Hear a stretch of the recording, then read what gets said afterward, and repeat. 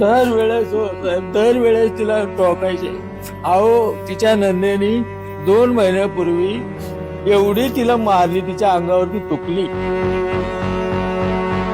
दोघी सासू माय लेकींनी तिला गाडीत आणली, बालेवाडीपर्यंत आली. इतके टॉर्चर करत करत करत करत आली आणि शेवटी माझी मुलगी म्हणली की मी इथं नदी आलेली, इथून उडी टाकीन गाडीत. नवऱ्याचे जावयाचे म्हणजे मी पाय पकडलेले आहेत, नंदेचे पाय धरले, सासूचे पाय धरलेले. तिचं चुकत असेल तर हात जोडून पाय जोडून विनंती करायचो.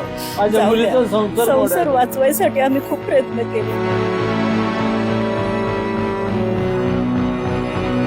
सुद्धा 2-4 महिन्यापूर्वी त्यांनी मोबाईल मागितला माझ्याकडे, तो सुद्धा मी 1.5 लाख रुपयाचा मोबाईल पुरवला. त्यानंतर लग्न झाल्यानंतर 5-6 महिन्यांनी श्रावण गौरी गणपतीचं हे आलं. त्यावेळेस त्यांनी चांदीच्या गौरी मागितल्या. 51 तोळे सोनं दिलं होतं. फॉर्च्युनर गाडी दिली मी.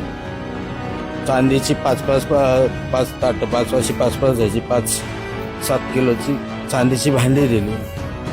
श्रावण मासाला अंगठी, चांदीचं ताट, अधिक मास म्हणून अनेक असं कितीतरी दिलेले येतात. ती घरी आली 1.5-2 महिन्यांनी आली की काहीतरी मागायची. मग मी आपलं 50,000 लाख रुपये जशी मागेल तसं द्यायची.